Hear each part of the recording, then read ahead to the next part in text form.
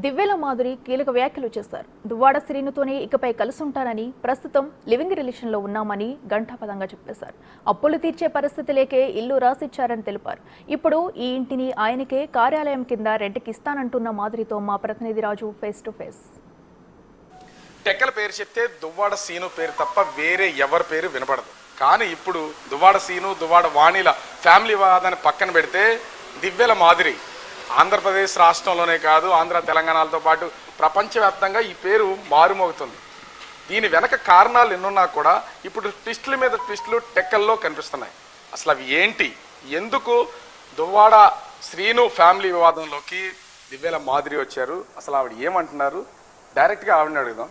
నాది ఒక్కటే straight question madam. అసలు నేను గతంలో చెప్పాను, ఇంతకుముందు క్లారిటీ ఇచ్చాను, మీ ఛానల్లో మాట్లాడాను కాకుండా ప్రస్తుతం ఇప్పుడు మీకు దువ్వాడ సీన్ గారికి ఉన్నటువంటి సంబంధం ఏంటి, అసలు దాన్ని మీరు ఏ విధంగా జడ్జిమెంట్ చేసుకుంటారు?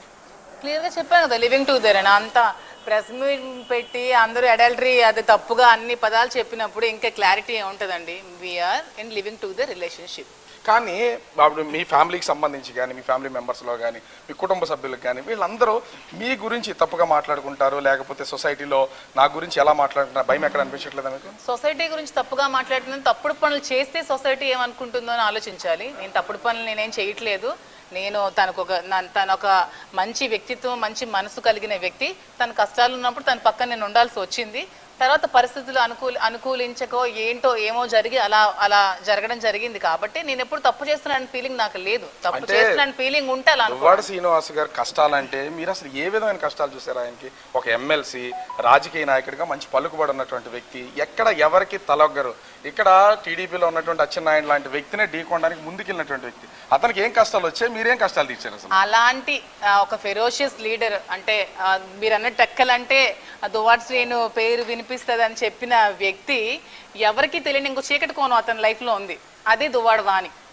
ఆ దువ్వాడ వాణి అనే చీకటి కోణంకి పాపం 30 సంవత్సరాల నుంచి బలైపోయి నిద్ర, తిండి, మెంటల్ హ్యాపీనెస్, ఒక మెంటల్ పీస్ తన లైఫ్లో ఇవేవి లేక కరువై చాలా ఒక అనాథ లైఫ్. అంటే బయటకు వస్తే ఏదో ఇంట్లో బయట పులి ఇంట్లో పిల్లి అన్నట్టు, బయటకు వస్తే ఒక ఫెరోషియస్ లీడర్, ఒక సింహంలా గర్జించి ఎవరి మీదైనా పడిపోతారు. కానీ ఇంటికి వెళ్ళిన తర్వాత పాపం అతని లైఫ్లో హ్యాపీనెస్ అనేది లేదు.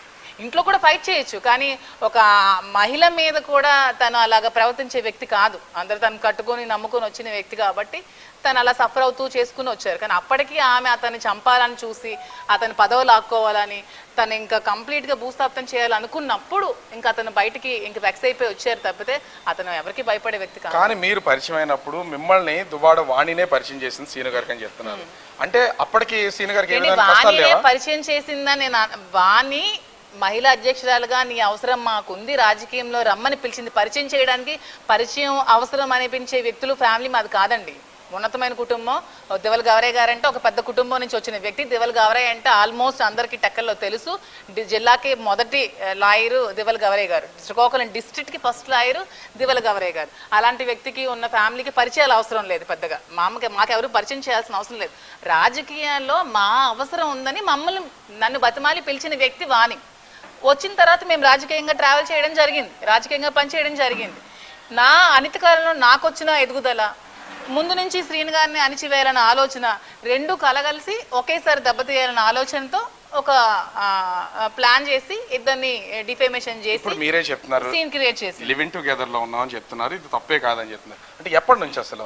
అంటే ఈ ఉదంతం బయటపడినప్పటి నుంచి, లేకపోతే నిజంగానే 2 years నుంచి కంటిన్యూ చేస్తున్నారా? 2 years నుంచి ఉన్నారు. 2 years నుంచి ఉన్నామండి. కానీ 2 years నుంచి ఉన్నా ఎందుకు మీ మీద ఇప్పటి వరకు అటు దువ్వాడ వాణి ఒక్కసారి కూడా దీన్ని బయట పెట్టడం కానీ మాట్లాడడం కానీ చేయలేదు?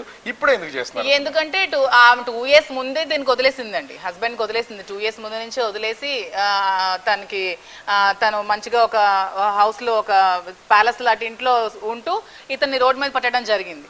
అలాంటి టైంలో ఇతను అభిమానిగా, మేము ఇతని ఫాలోవర్స్గా, ఇతనికి లక్షల మంది అభిమానులు ఉన్నారు. ఆ అభిమానులు నేను ఒక అభిమానిగా నేను తన పక్క నుండి సపోర్ట్ చేస్తూ ఈ హౌస్ కన్స్ట్రక్షన్ చేసుకుని ఉండడం జరిగింది. ఇప్పుడు మాకు అధికారం లేదు కాబట్టి మమ్మల్ని ఏదైనా ఇప్పుడు ఈజీగా చేయాలన్న ఆలోచన కలిగి ఇప్పుడు మళ్ళీ మా దగ్గరికి వచ్చి ఇలా అటాక్ చేసి ట్రెస్ పాస్ చేసి మళ్ళీ మమ్మల్ని చంపాలని, మళ్ళీ ఇల్లు కబ్జా చేయాలని, ఇల్లు లాక్కోవాలని ఇలాంటి కుట్రలన్నీ పండింది. కొన్ని పొంతం లేని వ్యాఖ్యలు వినపడుతున్నాయి అటు దువాడ వాణి దగ్గర నుంచి కానీ కుటుంబ సభ్యుల నుంచి కానీ కేవలం ఆ మాదిరి మాకు సంబంధించినటువంటి ఆస్తులను కాజేయడం కోసం ఇదంతా సీనుతో కలిసి ఆడుతున్నటువంటి ఒక డ్రామా వాళ్ళకి అనేది సంబంధించిన ఆస్తులు కాజేయడానికి దువ్వాడ శ్రీనివాస్ ఆస్తులు అంటే ఏమీ లేవు. అతనికి ఉన్నది వెంకటేశ్వర కాలనీలో ఒక ఇల్లు, ఆ ఇల్లు ఆల్రెడీ వానికి ఇచ్చేశారు. పర్లాకిమిడిలో ఏదో ఒక చిన్న ప్రాపర్టీ, ఆ ప్రాపర్టీ కూడా ఆవిడకి రిజిస్ట్రేషన్ చేశారు. ఏమీ లేక ఉన్నప్పుడు నేను అప్పిచ్చి నిలబెట్టిన ఆస్తి ఇది. సో ఎవరు ఆస్తి లాక్కోవాల్సినంత అవసరం మాకు లేదు. మేము ఆస్తులు కలిగిన వ్యక్తులు. నాకు శ్రీకాకుళంలో ఆస్తులు ఉన్నాయి, నాకు వైజాగ్లో ఆస్తులు ఉన్నాయి, నాకు టెక్కల్లో ఆస్తులు ఉన్నాయి, నాకు ఒక టెక్కల్లో పెట్రోల్ బంక్ ఉంది, నాకు వైజాగ్ స్కై పార్క్లో ఒక 2 crores ఒక మంచి గేటెడ్ కమ్యూనిటీలో ఒక మంచి ఫ్లాట్ ఉంది, శ్రీకాకుళంలో ఒక 3 floor బిల్డింగ్స్ నాకు ఉన్నాయి. మా ఫాదర్ రియల్ ఎస్టేట్, మా ఫాదర్ వాళ్ళ ఫాదర్ ల్యాండ్ లార్డు, మా గౌరయ్య గారు ల్యాండ్ లార్డు. మాకు బేసికల్గా నేను గోల్డెన్ స్పూన్, మా చిన్నప్పటి నుంచి నేను గోల్డెన్ స్పూన్ అమ్మాయిని. మాకు ఎవరు ఆస్తులు శ్రీను గారికి అంటూ ఆస్తులు ఏమీ లేవండి. అంటే ఇన్ని చూసిన మిమ్మల్ని రాజకీయంగా కానీ ఫైనాన్షియల్ గా కానీ వాడుకోవచ్చు అనే ఉద్దేశంతోనే వాణి గారు మిమ్మల్ని ఎంటర్ చేశారనుకో. నన్ను వాడుకోవచ్చు అనే ఉద్దేశంతో వాణి గారు ఎంటర్ చేశారు. ఖచ్చితంగా మమ్మల్ని ఫైనాన్షియల్ గా వాడుకోవచ్చు. ఎందుకంటే నేను జాయిన్ అయిన ఫస్ట్ మొదటి రోజుల్లోనే నాతో కార్యక్రమాలన్నీ చేయించేవాళ్ళు, ఫైనాన్షియల్గా నాతో ఖర్చు పెట్టించేవాళ్ళు. స్టార్టింగ్ అప్పుడు శ్రీన్ గారు బర్త్డే అవన్నీ అయితే నాతోనే ఆర్గనైజ్ చేసి ఫైనాన్షియల్గా అంతా నేనే స్పెండ్ చేసి మొత్తం నేనే ఖర్చు పెట్టడం జరిగింది. కార్యకర్తలు అందరికీ కూడా తెలుసు. ఫైనాన్షియల్గా వాడుకుందాం అనుకున్నారు, నాకున్న ఓట్ బ్యాంకింగ్ వాడుకుందాం అనుకుంది, అన్నీ చేసి ప్లాన్ చేసి, కానీ నేను షైన్ అవుతాను అనుకోలేదు. మీకు ఎప్పుడు అనిపించలేదా అప్పుడు నన్ను ఇలా వాడుకుంటున్నారు కావాలని నా ఫైనాన్షియల్ గా డబ్బు? నాకు అనిపించింది, కానీ నేను మరి శ్రీన్ గారికి ఒక ఫాలోవర్ని, జగన్ అన్నకి అభిమాని, నాకు రాజకీయాలంటే ఇష్టం కాబట్టి సర్లే వాడుకుంటే వాడుకుందా ఆవిడ, నేను పనిచేస్తున్న అభిమాని కోసమే కదా అనే ఆలోచనలో నేను ఉన్నాను. అంతేనా? మీరు లేకపోతే నేను రాజకీయంగా నాకు ఒక ప్లాట్ఫామ్ దొరికింది, నేను ఎదగడానికి రాజకీయంగా ప్లాట్ఫామ్ కావాలి, రాజకీయంగా ప్లాట్ఫామ్ కావాలనుకుంటే నా ప్లాట్ఫామ్ నేను వేసుకోగలను. ఇప్పుడు నా ఇండివిజువల్ ప్లాట్ఫామ్ కల్పించుకుంటూ నేను ముందుకు సాగలను. ఒకళ్ళ ప్లాట్ఫామ్ లాక్కోవాల్సిన అవసరం లేదు. వీళ్ళకే ప్లాట్ఫామ్ లేనప్పుడు, ఈవిడికే ప్లాట్ఫామ్ లేనప్పుడు నాకేం ప్లాట్ఫామ్ వస్తుంది? 30 సంవత్సరాల నుంచి ప్రతిపక్షంలోనే ఉన్నారు, మీకే ప్లాట్ఫామ్ లేదు, నాకేం ప్లాట్ఫామ్ మీరు ఇస్తారు? అంటే నిన్న మొన్నటి వరకు చూస్తే దువ్వాడ వాణి, దువ్వాడ సీను, లేకపోతే హైందవి, నవీన ఇలా నడిచినటువంటి ఈ ఆస్తి వ్యవహారం ఇప్పటికే సెటిల్మెంట్ వరకు వెళ్ళింది, వాళ్ళు సెటిల్ చేసుకుంటా అన్నారు. ఈ ఇంటి దగ్గర మొత్తం అంతా ఆగిపోయింది. ఈ ఇంటి దగ్గర ఆగడానికి ఇంటికి ఆమెకి ఏ హక్కులు లేవండి. ఆమె శ్రీను గారి నడి రోడ్డు మీద ఉన్నప్పుడు శ్రీను గారికి ఫైనాన్షియల్ గా నేను సపోర్ట్ చేసి ఇల్లు నిలబెట్టడం జరిగిందండి. ఈ ఇల్లు కూడా ఆక్రమించుకొని ఆక్యుపై చేసుకోవాలని చూసినప్పుడు శ్రీను గారు ఈ ఆడపిల్లకి అన్యాయం జరుగుతుంది. అసలు అప్పుడు కూడా అతను డబ్బులు నేను పెడతానంటే వద్దన్నారు. వద్దన్నా కూడా మేము వినలేదు. వద్దు శ్రీను గారు, ఇక్కడ ఊర్లో మీరు ఉండాలి, మనం ఒక బిల్డింగ్ నిలబెట్టుకోవాలి, మన కోసం కార్యకర్తలు వస్తారు, అభిమానులు వస్తారు మీకోసం. అతని కోసం రోజు ఒక 500 మంది 1000 మంది జనాలు వస్తూ ఉంటారు. వచ్చినప్పుడు మనకు ఒక ఇల్లు ఉండాలి కదా అని అతను వద్దన్నా కూడా మేము బలవంతంగా సపోర్ట్ చేసి ఈ హౌస్ నిలబెట్టడం జరిగినప్పుడు వీళ్ళు కూడా వచ్చి ఆక్యుపై చేసుకుంటా ఉన్నప్పుడు మరి నేను పెట్టిన పెట్టుబడి నష్టపోతాను కదా. అది కార్యాలయంకి ఉందనుకోండి, కార్యాలయంకి నేను ఒత్తునే ఇచ్చేస్తాను ఇల్లు. అతను ఉండారంటే నేను ఇచ్చేస్తాను. ఎవరో వచ్చి ఆక్యుపై చేసుకుంటాను, అది ఎలా ఆక్యుపై చేసుకుని ఇది కూడా ఆక్యుపై చేసుకుని చూస్తూ ఊరుకోం కదా. అప్పుడు అడగడం జరిగింది నేను శ్రీను గారు. సో నిన్న మొన్నటి వరకు ఆస్తులకు సంబంధించి ఏమీ లేదు, మీరు 2 కోట్ల రూపాయలు ఆయనకి ఇచ్చారు, ఆయన తీసుకున్నాడు, కన్స్ట్రక్షన్ జరుగుతుంది, రాజకీయాల్లో పోటీ చేశారు, ఇదంతా జరిగిపోయినటువంటి విషయం. ఎందుకు సడన్ గా ఇప్పుడు మీ పేరు మీద అసలు ఇది రిజిస్ట్రేషన్ చేయాలి? అదే చెప్తున్నాను కదా, ఎందుకు అసలు? అరే కార్యాలయం కోసం డబ్బులు పెట్టి కన్స్ట్రక్షన్ చేసుకుని కార్యాలయం కూడా కబ్జా చేయాలని చూసినప్పుడు రిజిస్ట్రేషన్ చేసుకున్నాను. మీ ఇద్దరి మధ్య ఉన్నటువంటి ఈ రిలేషన్ బయట పెట్టి కేవలం అలా బయట పెట్టారు కాబట్టి సూసైడ్ అనేది ఒక డ్రామా కింద క్రియేట్ చేశారు, కావాలని చేసినటువంటి సూసైడ్ డ్రామా ఏముందండి? డిప్రెషన్ లో ఆమె చేసిన హెరాస్మెంట్ కి కార్ లో వెళ్ళి యాక్సిడెంట్ జరిగింది. అది దాంట్లో ఏమండి ఎవడైనా చనిపోదామని డ్రామా చేస్తారు. నా కార్ సిచ్యువేషన్ మీరు చూసారా? 25 lakhs కార్ పోగొట్టుకున్నానండి. డ్రామా చేస్తే 25 లక్షలు. చాలా సెక్యూర్ గా అన్ని ప్రికాషన్స్ తీసుకునే జరిగింది. నేను బెల్ట్ పెట్టుకోలేదు, సీట్ బెల్ట్ పెట్టుకోలేదు, నేను ప్రికాషన్స్ ఇంకేం తీసుకుంటాను. ఒక్క నిమిషం, అంటే ఒక ఆడియో లీక్ అయింది. అసలు ఈ ఆడియో నేను ఒకసారి వినిపిస్తాను, చూడండి. స్టార్టింగ్ ఒకసారి పెట్టరా, నాకేమని పిలిచారు?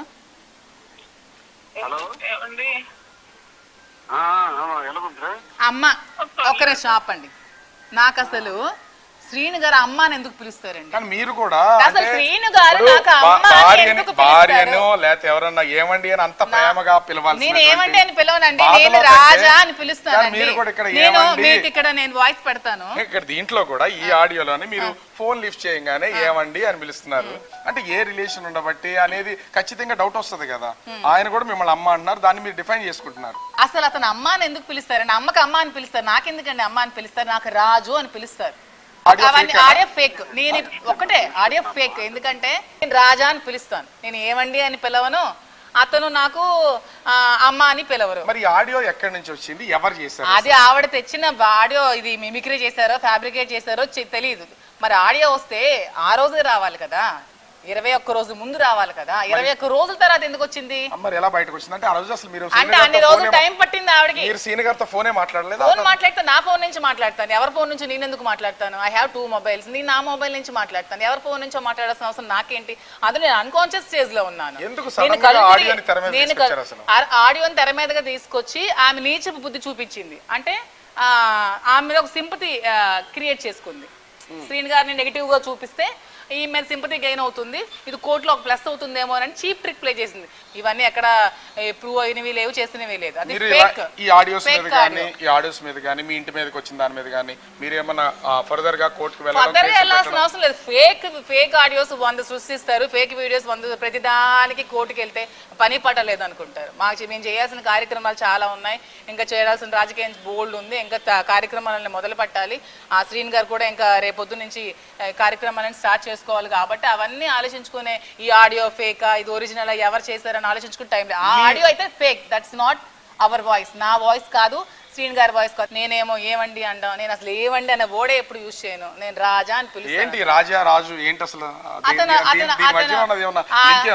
అతను స్టేట్ కి రాజు, కింగ్ కాబట్టి నేను రాజా అని పిలుస్తాను. నా పేరు రాజలక్ష్మి, నా ఇది నేమ్ కాబట్టి రాజు అని పిలుస్తాను, అంతే. ఇంత మాట్లాడుతున్నారు, ప్రతి మాటలోనూ దువ్వాడ సీను తనకి బాగాలేదు, లేకపోతే తను సింగిల్గా ఉంటున్నారు, తను లేకపోతే ఒంటరిగా ఉంటున్నాడు, తను వదిలేశారు, నేను ప్రొటెక్ట్ చేస్తున్నాను.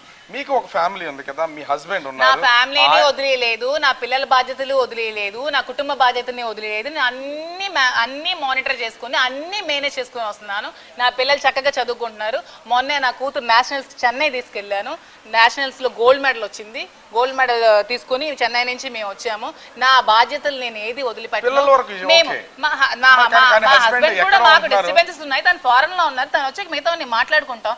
నేను నా కుటుంబ బాధ్యతలను వదిలేదు. మీ హస్బెండ్ కి డిస్టర్బెన్సెస్ ఉన్నాయని చెప్తున్నారు, ఆయనేమో మిమ్మల్ని అమ్మ అని పిలుస్తున్నాడు, మా అమ్మ కంటే ఎక్కువ బాగా. అవునండి, అదే చెప్తున్నాను, నా మెంటాలిటీ అదే. నేను ప్రతి ఒక్కరిని కూడా నేను ఇప్పుడు వదిలేదు కదండి, తను వచ్చాక మాట్లాడుకుని డెసిషన్ తీసుకుంటా అంటున్నాను కదా. ఇప్పుడు మేము వచ్చాక మాట్లాడి డెసిషన్ తీసుకుంటాం. మరి ఇప్పటికే ఆల్రెడీ లివింగ్ లో ఉన్నాను శ్రీనివాస్ గారు చెప్పాను కదా, అతను ఎలా యాక్సెప్ట్ చేస్తాడు మీ బాస్ గారు? అది వచ్చాక మాట్లాడాలని చెప్తున్నాను కదా. అప్పుడు డిస్టర్బెన్సెస్ ఉన్నాయి, అప్పుడు తను మిస్అండర్స్టాండ్ చేసుకుని కొద్ది రోజులు దూరం పెట్టారు. నాకు అవి మాకు డిస్టర్బెన్స్ ఉండకూడదనే, నా మీద మచ్చపడినా, నా మీద కౌంటర్స్ వస్తున్నా, నా మీద ట్రోల్స్ వస్తున్నా, నేను ఓపెన్ గా అవును మేము కలిసి ఉన్నామని చెప్పాల్సి వచ్చింది క్లియర్ గా ముందే. సో ఇప్పుడు ఒకవేళ ఫారెన్ లో ఉన్నటువంటి మీ హస్బెండ్ వచ్చారా అనుకో, ఏం మాట్లాడతారు అసలు ఆయనతో? అంటే ఇప్పటికే కూడా మీతో చెప్తున్నాను, నేనైతే వదిలే ప్రసక్తి లేదు, మేము కలిసి ఉంటామని. మీరేమో మేము లివింగ్ టుగెదర్ లో ఉన్నామని చెప్తున్నారు. ఎక్కడ సెట్ అవుతుంది మీ మధ్యన? ఇప్పుడు ఒక కొత్త ట్రయాంగిల్ ఉంది. ఇప్పటికే దువ్వాడ సీను, దువ్వాడ వాణి, మాదిరి ఒక ట్రయాంగిల్ నడుస్తుంది. ఇప్పుడు బోసు, దువ్వాడ సీను, మాదిరి ఇంకో ట్రయాంగిల్. అలా ఎప్పుడు ఏవి నడవండి. అంత ఇల్లిటరేట్స్, చదువుకులేని మూర్ఖులు ఎవరు ఇక్కడ లేరు. వెల్ ఎడ్యుకేటెడ్ మా హస్బెండ్ కూడా, ఒక ఎంటెక్ మెకానికల్ గీతం యూనివర్సిటీలో చదువుకున్నాడు. ఆ ఫారెన్ లో ఆస్ట్రేలియన్ షిప్పింగ్ కంపెనీ జాబ్ చేస్తున్నాడు. తను ఒక బ్రాడ్ మైండెడ్ ఉన్న పర్సన్, ఇలాంటి పిచ్చి మాటలు, పిచ్చి ఆలోచనలు చేసే మెంటాలిటీ ఉన్న వ్యక్తి కాదు. మేము అంతా కూర్చొని ముగ్గురు మాట్లాడుకుంటాం, అంతా డెసిషన్కి వస్తాం. సో ఇప్పుడు ఈ ట్రావెల్ జరుగుతుంది కదా, ఇప్పుడు టోటల్గా ఈ ప్రాపర్టీకి సంబంధించి మాట్లాడదాం. అంటే దువ్వాడ వాణి కానీ, వాళ్ళ కూతుర్లు కానీ, వాళ్ళ బంధువుల పేరెంట్స్ కానీ ఈ ఇంటి గురించే టార్గెట్ చేసి ఇప్పటివరకు ఇదంతా చేస్తారని భావిస్తున్నారు మీరు ఫైనల్గా? ఆఫ్ కోర్స్, ఈ ఇల్లు 2 సంవత్సరాల ముందు నుంచి లేని ఇప్పుడు వచ్చారంటే ఇంటి కోసం టార్గెట్ చేస్తే వచ్చారు. ఈ ఇంటిని కబ్జా చేద్దామని వచ్చారు. అంటే ఈ ఇంటిని రాసిస్తే ఇంకా దువ్వాడ సీన్ వాళ్ళకి అవసరం లేదా? మరి అంతే కదా, అందుకే వెళ్ళిపోయారుగా. మీరు రాజకీయాల్లో ఉన్నారు, వైసీపీలో ఉన్నారు, మీ పార్టీకి సంబంధించి కూడా చాలా మంది, అందులో దువ్వాడ సీను కావచ్చు, ఇతర పొలిటీషియన్స్ చాలా మంది ఉన్నారు, వాళ్ళ పేర్లు ఇక్కడ ప్రస్తావించడం. ఇంత వాళ్ళందరూ అంటే వేరే సంబంధాలు పెట్టుకుంటున్నారు, అమ్మాయిలతో సంబంధాలు పెట్టుకుంటున్నారు, తిరుగుతున్నారు అనేది మిమ్మల్ని కూడా అదే విధమైనటువంటి ప్రొజెక్షన్ చేస్తున్నారు కదా, అది మీకేమనిపించట్లేదా? నాకెంత ప్రొజెక్ట్ చేసిన ప్రొజెక్ట్ చేస్తారు, సపోర్ట్ చేస్తారు. ఆలోచన విధానం బట్టి ఉంటుంది. మీ ఆలోచన ఒకలా ఉంటుంది, నా ఆలోచన ఒకలా ఉంటుంది. మీకు రైట్ అనిపించవచ్చు, నాకు తప్పు అనిపించవచ్చు. నేను చేసింది కరెక్ట్ గా అనుకున్నప్పుడు ఎవరు ఏమనుకుంటారని పట్టించుకోవాల్సిన అవసరం నాకు లేదు. రోజు నుంచి కూడా మీ మీద క్యారెక్టర్ అసోసియేషన్ జరుగుతుందని చెప్పేసి మీరే చాలా సార్లు మాట్లాడినారు. దీని మీద ఏమన్నా దువ్వాడ వాణి అసోసియేషన్ జరుగుతుందంటే ఆమె జరిపింది, ఎవరు జరపలేదు. చాలా మంది సపోర్ట్ చేసుకుంటూనే వచ్చారు. ఈమె జరుపుతుంది క్యారెక్టర్ అసోసియేషన్. సింపుల్ గా చేసి వచ్చు కదా అని చేస్తుంది డిఫేమేషన్. ఇంకెవరు నన్ను అలా చేయలేదే, ఎవరు బయటకు వచ్చి చెప్పలేదే, అవును మా లైఫ్ తీసిందని ఎవరైనా వచ్చి చెప్పారా?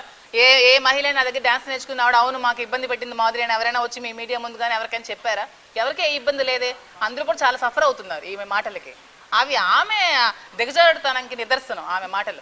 సో ఓవరాల్ గా ఎక్కడి నుంచి ఎక్కడికి కదిలినా కూడా చివరికి ఇది నా ఇల్లు కాబట్టి ఇక్కడికి ఎవరో రావడానికి లేదు. నేను ఇంజక్షన్ ఆర్డర్ తెచ్చుకోవడంతో పాటుగా నాకు రిజిస్ట్రేషన్ చేసుకున్నాను కాబట్టి అటు దువ్వాడ వాణి వచ్చినా కుటుంబ సభ్యులు వచ్చినా కూడా నాకు ప్రాణహాని ఉంది, నాకు రక్షణ కావాలని పోలీసులను ఆశ్రయించాను. ఖచ్చితంగా పోలీసుల నుంచి ప్రభుత్వం నుంచి నేను రక్షణ కోరుతున్నాను. వీళ్ళు ఎవరు కూడా ఇక్కడికి రావడానికి వాళ్ళ అర్హత లేదు, హక్కు లేదు.